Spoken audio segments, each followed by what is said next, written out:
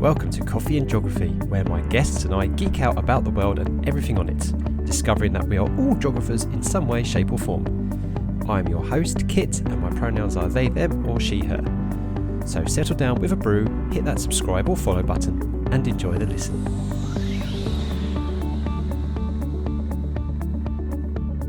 Hello everybody and welcome back to Coffee and Geography. Last week's episode, my bad. I sounded a little bit different than normal, sounded a bit echoey, didn't I? And that's because I had the wrong microphone selected the whole time and I didn't realise until editing, and I already done my conversation with Hermione. Never mind, I hope I've got the right one selected now because I am joined by Elly Platt. And Elly, I hope you can hear me loud and clear. I can, yes, thank you very much. How are you doing today?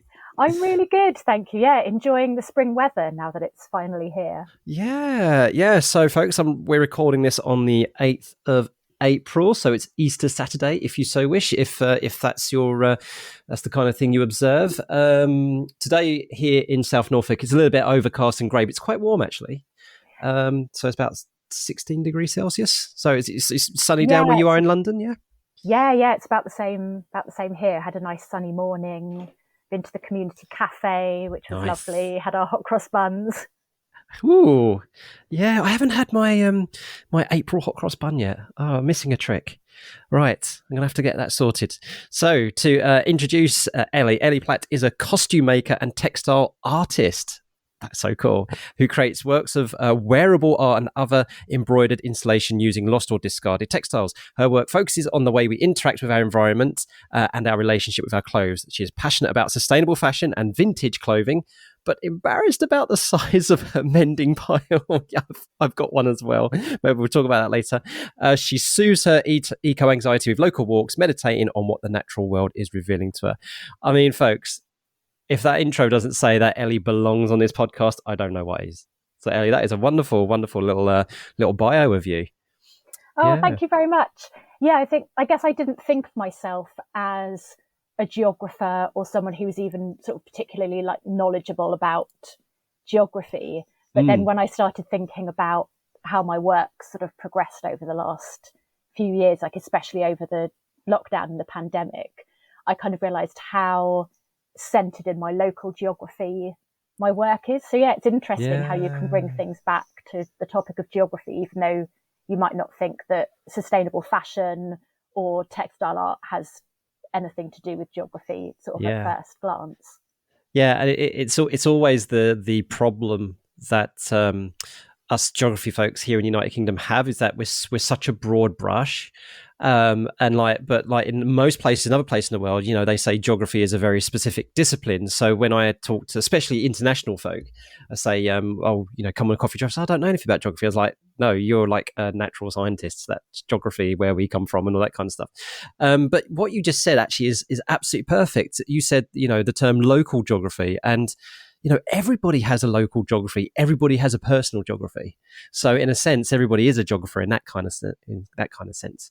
But yeah, reading out that bio, I know we've got geography teachers and educators like not screaming, but tutting at their radio or whatever they're listening on to and saying, Elly, how can you not describe yourself as a geographer after what Kit's just said? So you're most certainly a geographer. Right. So you mentioned you went to the community cafe. When you go to the community cafe, do you have your go-to brew? Do you walk in there and say, "Can I have my usual?" Or do you mix and match your brews sometimes? What do you usually go for your hot tipple? So community cafe is normally coffee provided by whoever's making the coffee that morning. Sometimes there's some fresh mint tea, depending on which time of year. But yeah, it was coffee this morning. And focaccia bread for my first breakfast, and then followed up by a hot cross bun for second breakfast. Yeah, nice. Oh, hang on a minute, folks. That was a little, I don't know if Elly did that deliberately, but that's a little teaser for something we're going to talk about a bit later. So I just want you to think, what Elly just said there, breakfast, second breakfast. You know about those, don't you?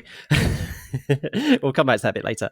Right, so you are you said here that you've much of your art practice over the last few years has been connected in some way with the River is it Wandle? Wandle? Wandle, yeah. River Wandle. You know, I'm from the north side of the River London, River Thames in London. So of course I pronounced that wrong. The River Wandle in southwest London. So because you're not too far away from Croydon, if I was to say somewhere there people might recognise. Croydon is probably a good kind of geographical point. Yeah. So tell us a little bit about what you've been doing, how the river has been, and the landscape around has been like speaking to you. Is it a place you know very, very well, or have you come from elsewhere in the United Kingdom and settled in this area? Yeah, tell us a little bit about your connection to the River Wandle and your identity, I guess. Yeah, so I was born and brought up in West Sussex, about sort of 20 miles northwest of Brighton. Mm-hmm. So grew up near the River Ada, actually, just sort of on the outskirts of a village called Stenning. Moved to London to go to university when I was 19. And then I've mostly stayed in London since then, kind of moving around sort of various places, trying to find wherever was cheap, wherever, my friends or kind of nice flatmates were living. I moved to South London to Collier's Wood in 2010. So I guess kind of Tooting is the nearest sort of well-known landmark to Collier's Wood. Yep. And that was where I kind of first discovered the River Wandle, which flows from two sources, one in Carshalton and one in Croydon, which are further south.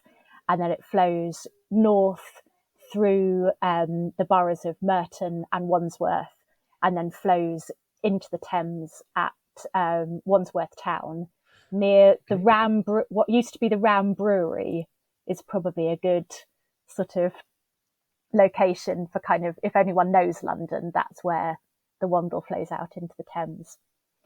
So nice. in 2018, I moved again further out of London to an area called Hackbridge, which is again sort of between Sutton and Croydon, still on the Wandle. I don't know whether that was deliberate. I think it probably was subconsciously. I don't think it was exactly in my, sort of house searching criteria must be within sort of 2 minutes walk of the Wandle, but that was kind of how I ended up. And yeah, all the way through the pandemic, I was furloughed for 6 months, didn't have anything to do. I live on my own, so I just sort of started doing as much walking as I could, as much walking as I was allowed. And a lot of the time I would be following the Wandle Trail, which follows the length of the river. And as we were sort of allowed to kind of be out and about a little bit more and kind of have, sort of more time for walking, maybe sort of visiting friends kind of at a bit of a distance, started to kind of see more of my neighbours, and obviously we'd all be in our flats kind of doing our own thing and kind of wondering what everyone else was up to. Yeah. And we thought, it'd be really lovely if we had a little kind of art exhibition out on our communal field. Everyone could bring out anything that they'd been working on. We could all sort of share, everyone else's sort of inspirations and, sort of celebrate how creative we'd been at a time when things were actually quite difficult for a lot of us. And my friend Janine had taken these amazing photos of bras that she'd seen hanging up on a fence. Someone had obviously gone through a bag of discarded clothes, thought it was hilarious that there were bras in there, and hung them up sort of on a kind of chain link fence. And we're all thinking, this is really funny. Janine had taken these amazing kind of very atmospheric photos. And I was thinking, wouldn't it be interesting to see if I could find some more kind of discarded clothes or textiles along the Wandle, especially because the Wandle used to be a site for textile production. I think a lot of people would probably have heard of Liberties and William Morris, and they both had textile printing facilities on the River Wandle in the sort of late 19th and early 20th century. So I thought, well, I wonder what textiles are happening along the River Wandle in 2020. So I got my litter picker and a couple of plastic bags. And over the course of a couple of days, I walked the length of the river along the trail, picking up whatever kind of textile rubbish I could find, and ended up sewing it into, I guess quilts is technically the wrong word, because a quilt is meant to have a sort of insulating layer in between two outer layers of fabric. So I guess it's more of a wall hanging. But everything I found, I washed and stitched onto these wall hangings to kind of create these sort of panels of finds. I wanted to kind of celebrate these sort of discarded and lost objects by turning them into a quilt or a display. It was kind of trying to suggest that these things were somehow precious and kind of worth saving or worth paying attention to, sort of subverting our idea of what is rubbish, when something becomes rubbish, and can you reverse that process from rubbish into an item that people want to save. Wow. Oh, that is just such a lovely... Oh, I've just got so many geographical connections and things going through my head now. So the first thing I thought about was when you mentioned about the history of the textiles in the area, and as you were talking, I was trying to load up. So I have access here to some old maps, old walnut survey maps, and I'm just kind of like, I'm doing a virtual walk along the river, and I've got the 1890s map up, and like you can you can certainly see. There's plenty of meal. There are so many mills along that river. There used to be, I'm wondering if they were attached to the textile factory, because of course they use the water a lot to turn mills and to weave the fabrics and things. A lot of the mills on the Wandle weren't necessarily weaving the fabric. Okay. A lot of them were processing fabrics that had come from elsewhere. So there were a lot of printing facilities, because they needed the fresh water to wash each layer of the fabric after it had been printed. They also had dye mills, so grinding items like Brazil wood and logwood, which were shipped over from South America in the 16th and 17th centuries. They were ground into very strong dark coloured dyes, so like a dark maroon or a kind of dark sort of almost purple. There were also leather mills, so they would use the flow of the water to turn machines that would pound the leather to kind of soften it. And we also had textile bleaching grounds along sort of on the banks of the Wandle. So you would wet your unbleached linen or calico, you'd drag it out onto these textile bleaching grounds, and there'd be sort of small channels cut around the fields. You'd spread your undyed fabric with, it was some sort of horrible, before bleach was invented, it was some sort of horrible mixture of kind of pigeon poo and lye or something, and you'd spread it all over the fabric and use the sun to kind of bleach the fabric and then wash it all off in these channels next to the river. So a little bit more as nature intended, but not yeah. So looking at, okay, I'm now trying to see if I can picture this history. So what I'm looking at, so if you go around the Thames, and then you go around Embankment down there, and then past Battersea Park, and then you come to the entrance, the confluence between the Thames and the Wandle.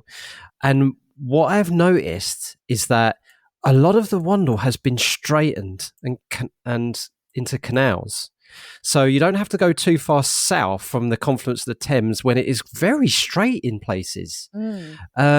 And so yeah, so now I'm picturing like maybe, I mean, whether this exactly happened or not, I don't know, but I'm picturing like these barges of textiles that have come from South America coming down the Wandle, and then you've got you come to Mitcham, and on this 1890s maps, you've got mills everywhere, and that is where currently the Beddington Corner Industrial Estate is, or whatever. Yeah, that's actually Mitcham quite close Junction. to me. Yeah. Yeah, Mitcham Junction Station, and the gravel workings, 100-acre bridge, the sports park, the sports ground, the hospital. So that was where there's a bunch of mills. So wow, okay, that's Yeah. just that's amazing.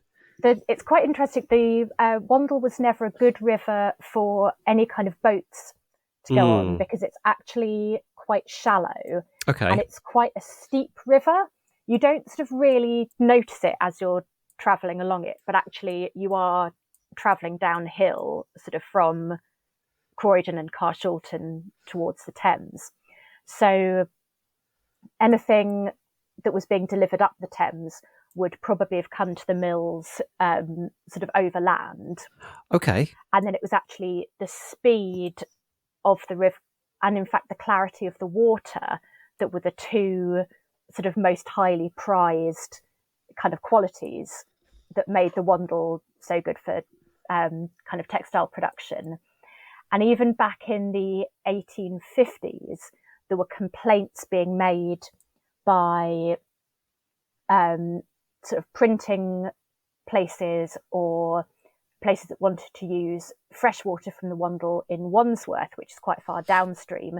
Okay. They were complaining about the places upstream that were pumping out, various kind of dye stuffs and the mordants that are used to fix the dyes, which have always been substances that are quite toxic, in terms of kind of drinking water or sort of the creatures in the river. Right. Yeah, because Wandsworth is quite a densely populated area. Even in the late 19th century, it was quite densely populated, and I can see that like the clustering around, towards the confluence of the Thames and the Wandle. Yeah, and you didn't think you were a geographer, Elly? That was brilliant. That was so cool. Oh, but right, okay, so trying to think, because we talk forever on this one particular thing, but so you also said about you're really interested in the parallels between the environmental and human impact of all this kind of stuff. So you said you went around, you walked along the Wandle, and you tried to pick all this discarded stuff. When you do this kind of stuff, is it because you mentioned about eco anxiety and stuff like that? Are you doing this to kind of see if there's any way you can promote more sustainable use of clothing or raise awareness of how neglectful we are with clothing? So when you're doing this walk, you're picking up this stuff, you're creating this art or this, your mosaic, wall mosaic. What is the core purpose? What are you trying to get a message out about how we're treating textiles and clothing? There's definitely a sort of strong, I guess, kind of environmental and social message in my work. So one of the things I've kind of realized, being part of a kind of community that talks about sustainable fashion a lot online, is that there's a lot of pushback when it comes to the idea of sustainable fashion. Part of this is because fast fashion brands have very cleverly positioned themselves as quote unquote affordable fashion. So yes. Kind of pretending they're doing a social good by selling very cheap clothes, whereas actually clothing poverty does exist in this country. The people who are in clothing poverty are not the people who are spending £200 in one go for a Shein haul or a Boohoo haul. And what people in clothing poverty actually need is good quality, sort of everyday practical clothes that you can wear for a long time, that will withstand multiple washes, that are sort of stylish, for a number of years rather than something trend driven. Whereas actually when I go around charity shops and I see, sort of what's new with tags, a lot of it is extremely poor quality party clothes for essentially teenagers. So the fast fashion argument that they're creating this sort of egalitarian model of creating clothing is, it's quite easy to dispel. But I think also people get very defensive about fast fashion clothing in a way that people wouldn't get defensive about, say, single-use plastic, because a single-use plastic water bottle it's not something they've chosen as a sort of signifier of their identity, whereas a piece of clothing is often very much associated with the way we see ourselves. We're choosing a t-shirt because it has the logo of a band or a show we love or something. We're choosing clothes because we want them to say something about ourselves. And I think when people might hear a message that what they're saying is, I support unfair working practices through these clothes, they think, well, no, that's not what I'm trying to say at all. And people can become quite defensive, quite upset. So one of the things that I try to do, especially with the Wandle wardrobe, is to kind of connect with people in a sort of light, kind of humorous way, and sort of put a message across to them, often in a situation where they're not expecting it. So it might be kind of at a local craft show or something. People aren't kind of getting defensive because I'm yelling at them that the clothes they bought are bad and they should feel bad. They're sort of seeing a blanket with a load of odd socks stitched onto it and kind of thinking, what's this about? It's quite funny, it's quite humorous. And then the message I sort of try to get across as the kind of initial talking point is, would you go back for clothes that you've lost? If not, why not? And are our clothes so cheap and plentiful that we've kind of lost our emotional attachment to them? And actually it sort of really gets people talking. People often tell me really lovely stories about clothes that mean a lot to them. So they'll either start telling me about what they're wearing at that moment, or something they've owned in the past that means a lot to them. They'll tell me about their parents who mended clothes. One woman told me about the Fox box in her local library, which is where you take odd items of clothing that ends up in your garden. You suspect that a fox has probably dropped it off as it goes through all the gardens in the neighbourhood. So you take it to the library and hope that someone comes along and picks it up. I love that. So yeah, it's kind of a nice way for people to sort of open up about their clothing stories and maybe start to think, oh, actually, my clothes do mean a lot to me. Maybe I would go back if someone had knitted my child a hat and we realised we'd lost it. Yeah. That's so much of what you said really does speak a lot of truth to me as well. I mean, clothing and my identity, especially as I've been exploring my trans identity, has been a huge part of my social transition journey. It really, really has. The clothes that I wear. But what's really interesting is that the intersectionality between my identity and how I project that identity is very, very intertwined to my identity as a geographer and someone who's very, very keen to be sustainable with their clothing. So when you mentioned about charity shops and stuff like that, it's like, yeah, that is my go-to thing. I think out of, if you take my wardrobe, I would say like 95% of the stuff in my wardrobe is either secondhand or mended, pre-loved, however you might want to call that. Everything I'm wearing right now is, none of this is quote unquote brand new. But I'm aware that quite a lot of what I do have that is secondhand did originate from the fast fashion process. So But yeah, when you say about things like identity, it really is important. It's like when I was brave enough to wear, a really nice dress out for once. I went to an award ceremony. I had this really beautiful long satin dress, and I've always wanted to wear something like that out to some really special occasion, and it meant a lot to me. And the people who know me very, very well, just didn't think, oh, that's a nice dress, Kit.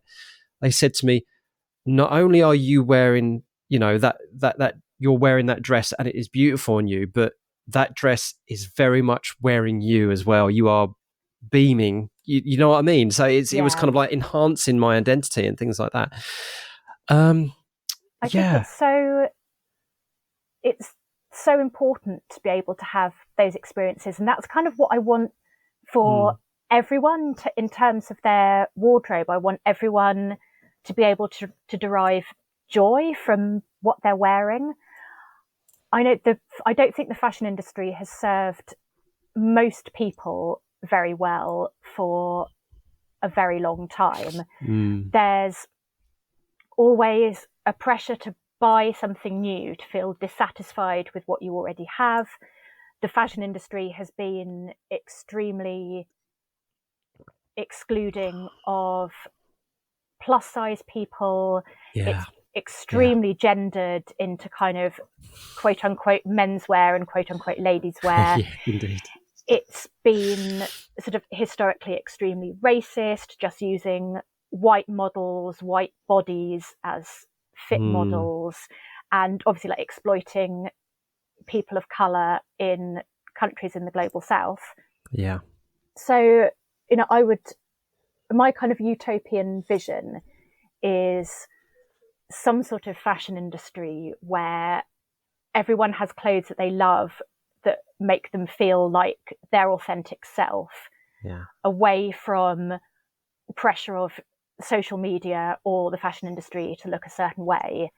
And those clothes could be made with love by people who are paid a fair wage, treated like the skilled craftspeople that they are. Yeah. I think we're still a long way off from that, but I can see so many brands that are making those steps towards kind of giving people this kind of decentralized kind of fashion system that would benefit everyone. Yeah.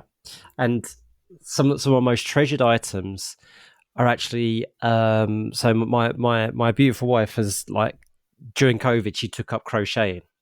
Oh, fantastic! As one of her things, and she's done everything from she made me some fox mittens, kind of like kind of like with thumb holes and I wore them out completely. They got so hard, but that's right. But then she just like tried to reuse as bits and patch it up as much as she can, and a hat as well with a little fox ears on the top of it. But wonderful. Not only has she done that, but she's got, I mean, they're scattered around because the kids have had hold of them. They're scattered around, but like crocheted like Studio Ghibli characters. So we've got crocheted Totoro, a crocheted, blue and white Totoro. We've got a crocheted No Face.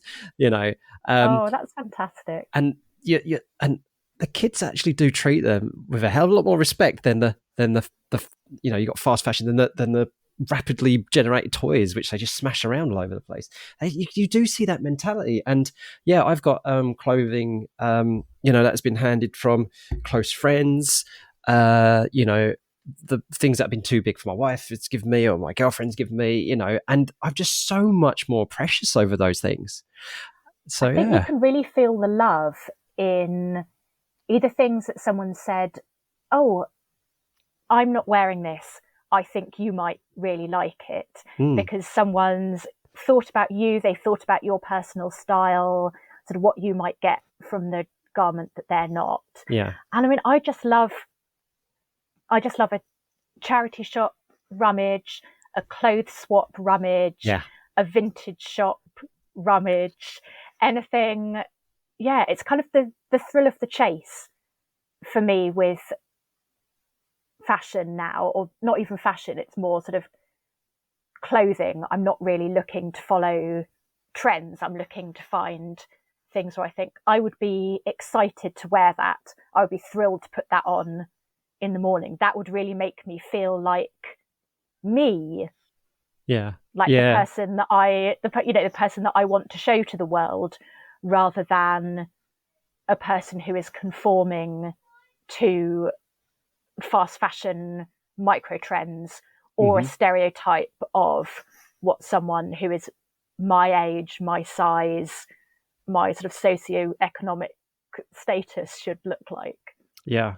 And I guess in a way it's there are so many different ways of, and you mentioned, the kind of, you mentioned all the problems with regards to how things could be very, very racist. I mean, of course, we've got that ridiculous furore about the trans woman who has been modeling Nike's sports bra, and there's such a hoo-ha over that, for example. And then you've got, it's another way of restricting identity, of homogenizing human identity. Is like, no, if you're this gender, this person, whatever, you must look a certain way. You must, you've all got to follow the same trends. And it's just, there's too much beauty and diversity in the world and the human race to restrict ourselves and categorize ourselves, even by clothing. Absolutely. Fast fashion especially wants to put everyone in a box.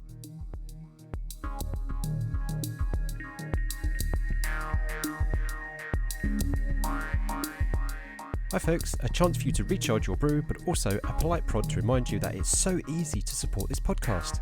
Simply liking, sharing, rating and reviewing means that it will get on more people's radar. Also, there are a few links down in the description which may be of mutual benefit. Please do check them out.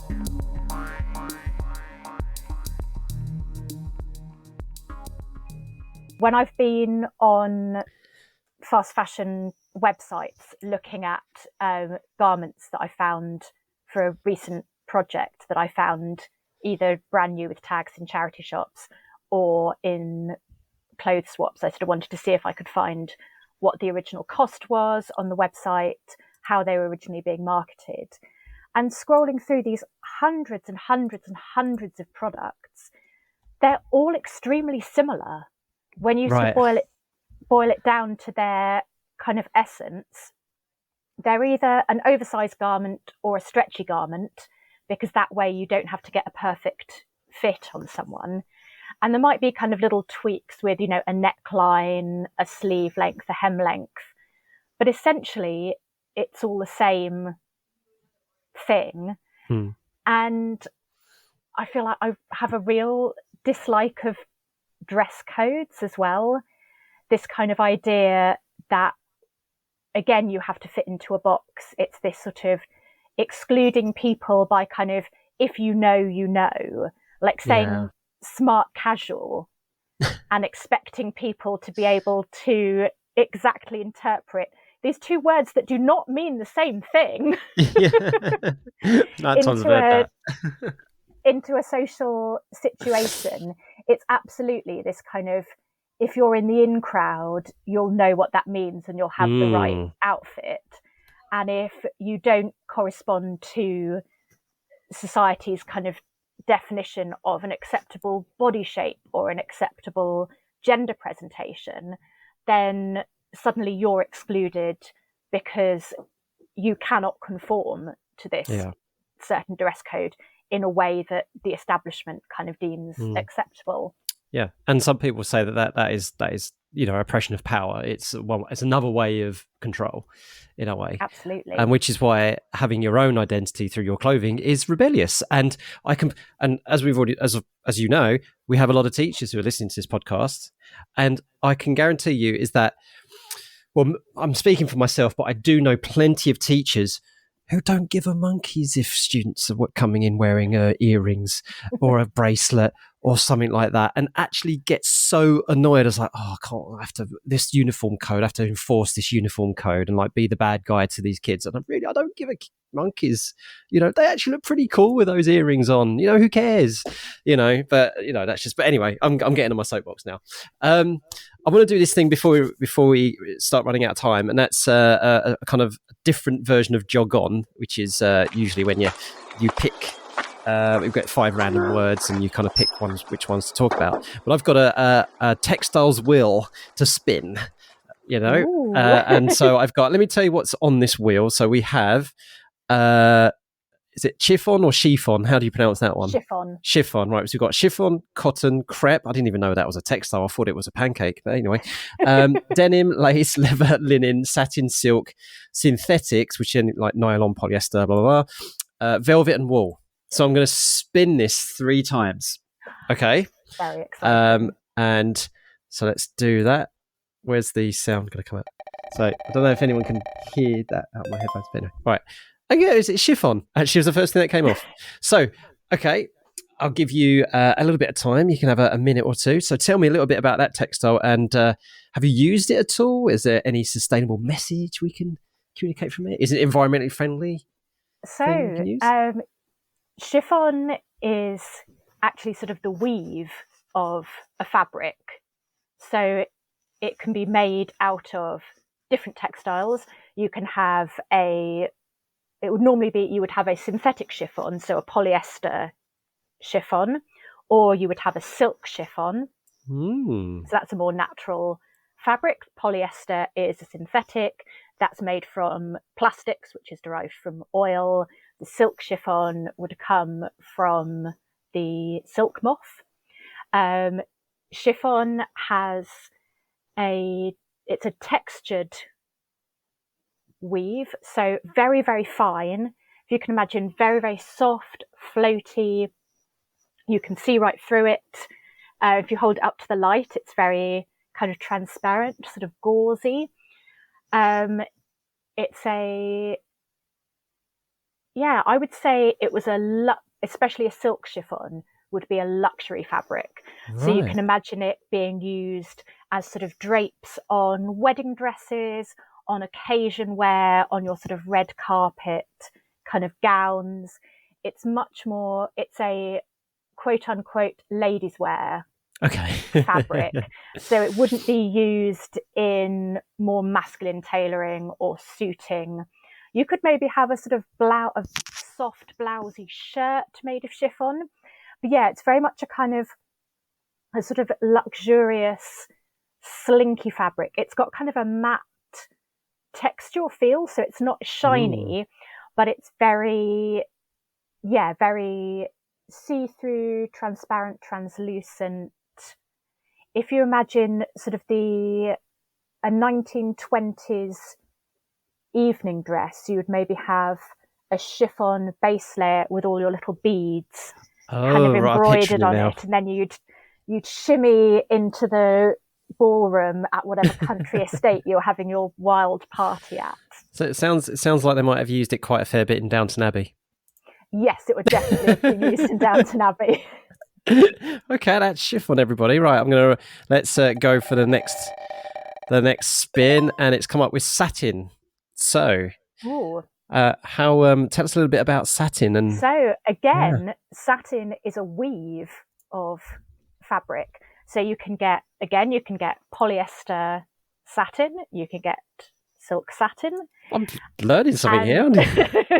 So you can weave these fabric finishes out of different yarns, different threads.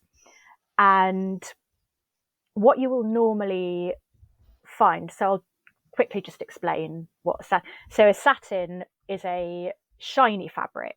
Mm-hmm. It has the back of the satin would be normally a matte feel, and then the front of the satin would be shiny, it's soft, it's sort of smooth to the touch. You would describe it as silky, although it can be made, not all satin is silk. You can buy silk satin, you can buy polyester satin. Not as good quality as the silk.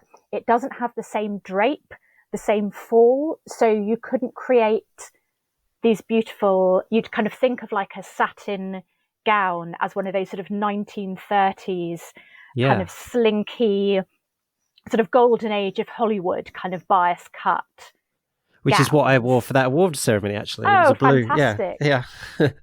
Yeah, so a good quality version of one of these gowns would be made from a silk satin, and then a cheaper version would be in a polyester satin. And you can get different qualities of polyester satin, but it's not, at the end of the day, it's a synthetic fabric without the breathability or the drape of a natural fibre. Okay, I'm going to have to look at the tag of that dress again now, because what kind of...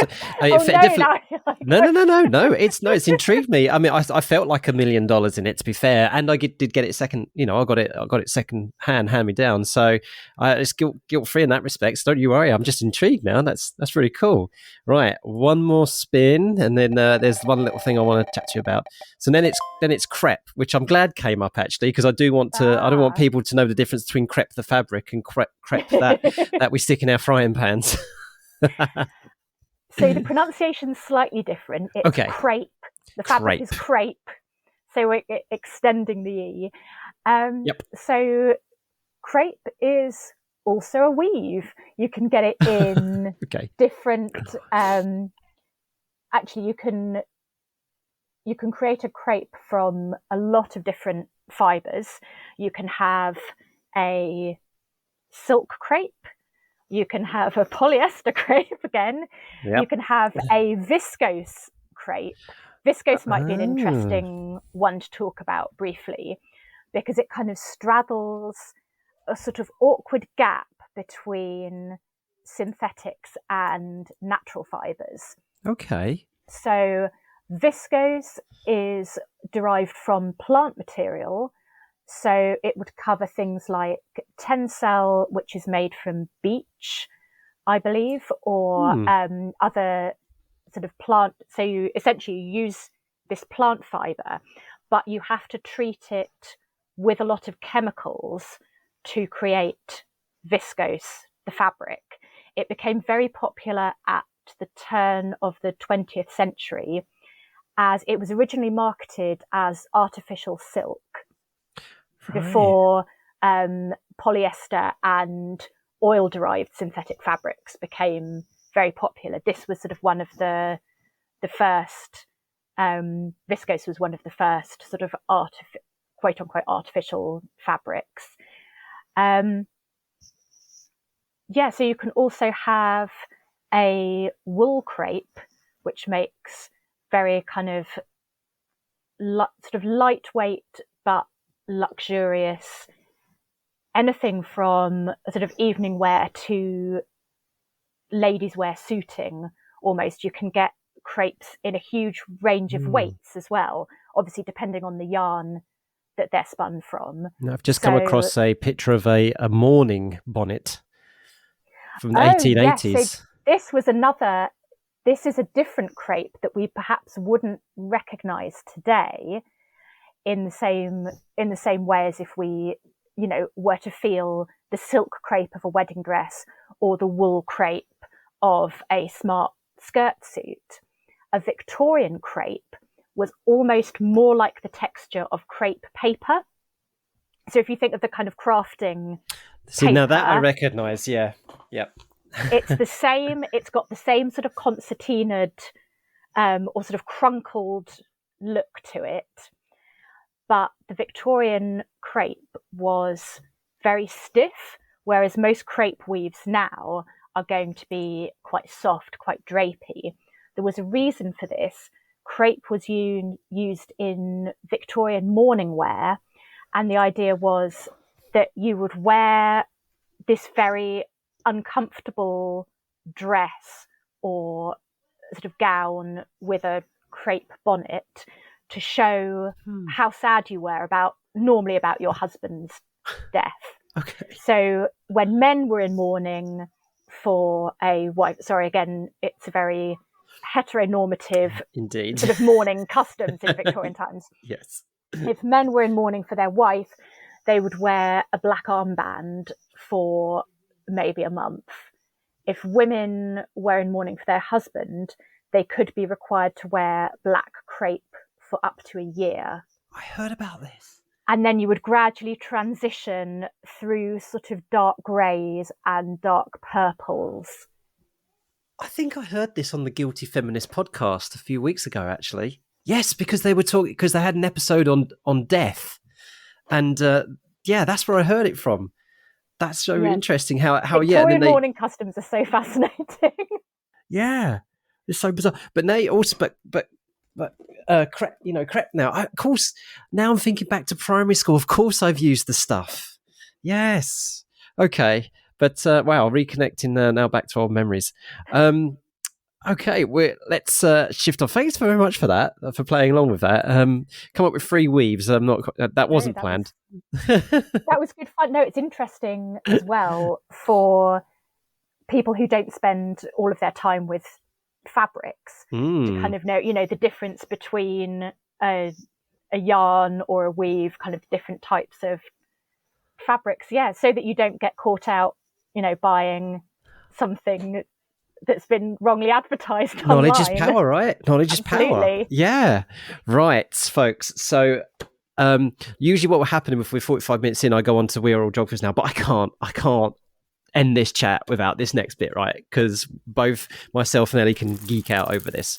So for Spill the Beans, Elly has admitted very unashamedly that she is a lifelong fan of Lord of the Rings. Since her dad read books since he was 9, and my we do that to our kids. Our eldest is about to turn 9, and we've read all of the Hobbit, and we're going to be moving on to Lord of the Rings very soon. And you're absolutely right when you say you said Tolkien meticulously imagined a geography of the world. So much of the plot is linked to Tolkien's love of the natural world, his eco-anxiety. I never really thought about Tolkien having eco-anxiety, but it does make sense when you think about it, and his dislike of the industrialization and idealized view of the British countryside. Now, do you have, I'll reveal, folks, for you listening what it is, but have you ever come across this, Elly? Have you ever heard of it? Not.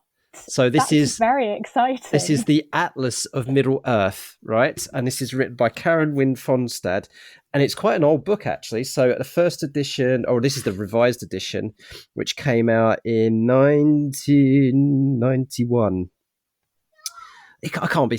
No, wait a minute. That was the republished edition. It actually came out in 73, 77, and 79. So the book was originally older than us. Oh, wow. So that's around the same time I have my dad's old editions of the Lord of the Rings books with kind of fabulously illustrated, kind of almost psychedelic covers from the 70s. So I'm just showing Elly, everybody, the pages on Minas Tirith. Yes. Isn't that gorgeous? And they recreated it so accurately for the films. Yes. I think the films came out just as I was finishing my degree in costume making.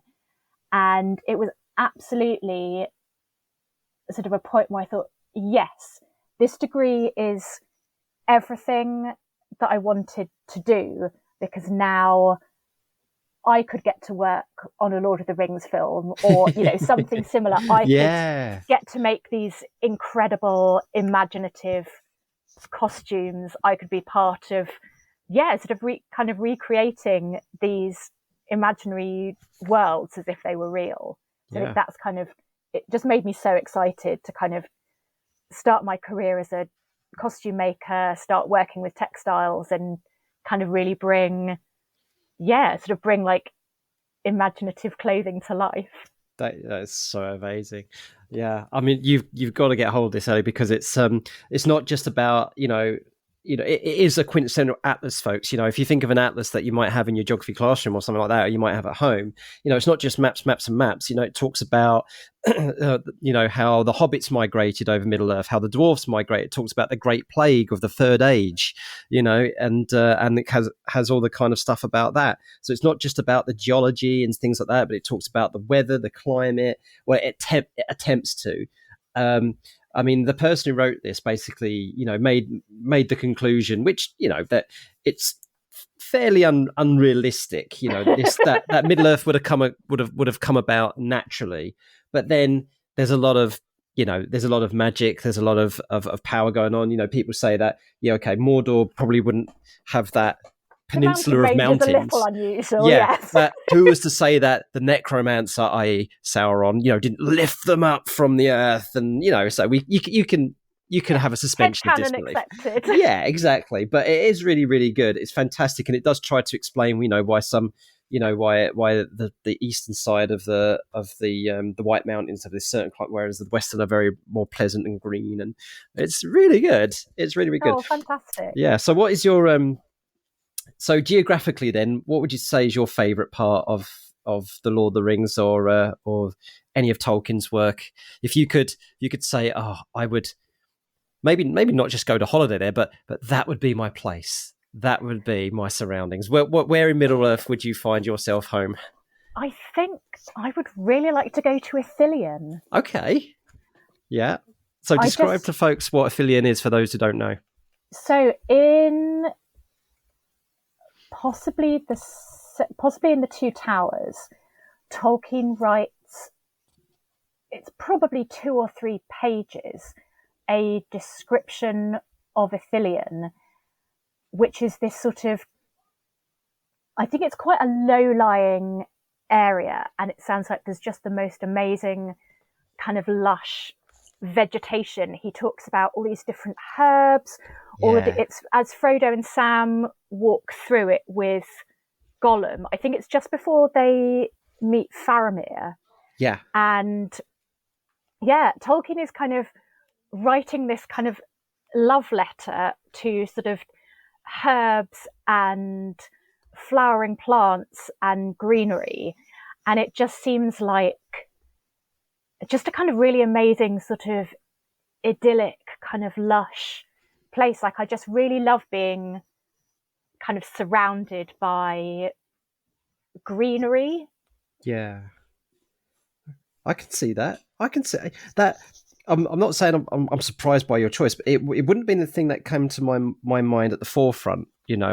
People who know Lord of the Rings might have said like Hobbiton. They might have said,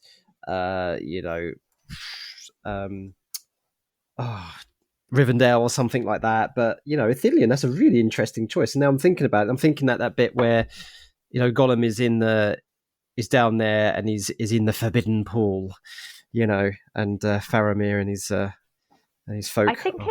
I think it seems interesting because it's one of the few places in Lord of the Rings that is somehow simultaneously both wild and safe. Mm-hmm. So it's, I think, largely unoccupied. I think they go to kind of resettle it at the end of Return of the King. It's sort of in one of the appendices. I think Faramir and some people are going out to sort of live there kind of full time.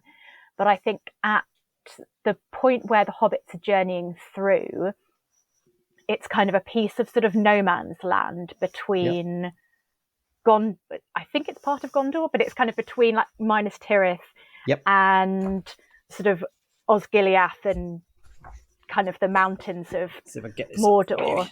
Yeah, so there's the map of Ithilien. I think I've got that. There we go. Yes. Yeah. So it looks like it's very hemmed in. It's between certain places. It's right on the edge of the mountains of Mordor. So they're reminded of this menace, the other side of the mountain, right there. But it's just south of the Dead Marshes. And there's this page which is absolutely brilliant, folks. So you've got like a zoomed in of the river of which goes through Henith Anun, and then you've got the falls, and there's a diagram of the waterfall. Look at that. Oh, wow. Cross-sectional diagram of the waterfall. Which it's just so detailed. It talks about the cave behind the waterfall where people took refuge, and I think that seemed very enticing as a small child as well, to kind of have this sort of secret place that you could go to, like a secret kind of little hideout. Yeah, that's what books do, isn't it? But it's fantastic. I'm glad we got to geek out over that. That was so worth the extra 10 minutes. Fun. And actually, funny we should say this, because now that we move on to the final thing, which is we are all geographers. So last week's guest, Hermione Meow, came up with the word that she wants you to talk to for 30 seconds to try and link to geography, or maybe your own perspective on it. And would you believe it, that you've mentioned Lord of the Rings, the word that she came up for you to talk for 30 seconds was magic. So if you want to go 30 seconds completely on about the magic in Lord of the Rings, anything like that, you're more than welcome. But yeah, do you can think you can riff for 30 seconds on the word magic for us? Whenever you're ready, take us away. I think I probably can, yeah. Although magic seems to be a kind of fictional thing, I think we can all conjure a lot of magic for ourselves if we want to. We can kind of find magic in our daily lives, whether it's looking really closely at nature and kind of seeing these incredible sort of natural forms, thinking about if you live somewhere where there's seasons, thinking about how the seasons turn, and each part of the natural world has a time when it comes alive, a time when it fruits, a time when it rests, and kind of thinking how we can maybe make this magic a part of our daily lives, even if we're doing something very kind of humdrum, very ordinary, how we can think about, bringing natural magic into our lives, even if we maybe don't think of kind of witchcraft or magic as quote unquote real. Yeah. Everything. You can find magic in a lot of things, can't you? Oh, so, absolutely. I like that. Yeah. Yeah, so lovely. Oh, thank you so much for that. So, but Elly, you do get to come up with a word yourself for the person I speak to next time. So do you have anything in particular you want to hear someone else have a little go for a little while, for 30 seconds or so? So, keeping in line with the textile theme earlier, I'm going to go for thread. Oh, that's a good one. That could take us in so many different directions, that one. Yeah. Okay, folks. So tune in next week when we find out if my next guest, what they come up with the word thread. And is there anybody that you'd like to give a shout out? I guess I don't want to kind of say specific names because I'll probably leave someone out and then they'll be sad. Yeah, anyone that I've been collaborating with on art projects, because it's honestly the most exciting and delightful thing, having an art community, whether it's people you just see online or people you see in real life, like a local artists group, or anyone who kind of shows an interest in your work as well, or who wants to work alongside you, wants to promote your work, wants to kind of join in on your projects or bring their projects to you.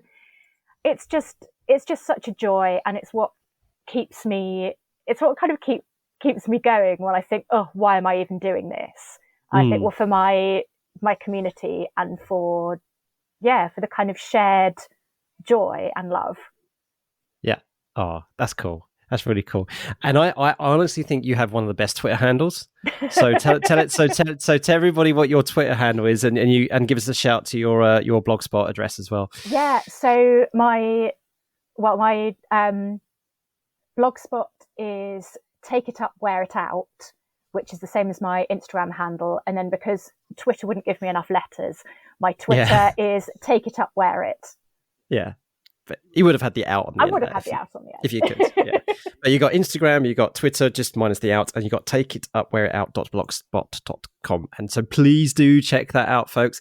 And please, if you are a teacher and you teach about this kind of stuff, geography teacher or anything about sustainability, do check out Elly's work because it is fantastic and you've got some nuggets that you can use. And I'm sure via social media, if folks want to swing you a question or two, then they can give you a shout. Absolutely. Come and slide into my DMs and ask me questions about lost socks along the Wandle. Yes. Elly, I've had such fun talking to you. Thank you so much for giving up some of your, as we're recording, Easter Saturday. And and please do keep in touch. That'll be absolutely wonderful. Thank you so much. Thank you so much for listening. We hope you had fun. If you haven't already done so, please subscribe so more stories and experiences can drop into your favourite podcast app. If you fancy being a guest or have any feedback, follow us on Twitter at coffeegeogpod and send us a DM. Or you could email coffeeandgeog@geogramblings.com. Until next time, keep geogging.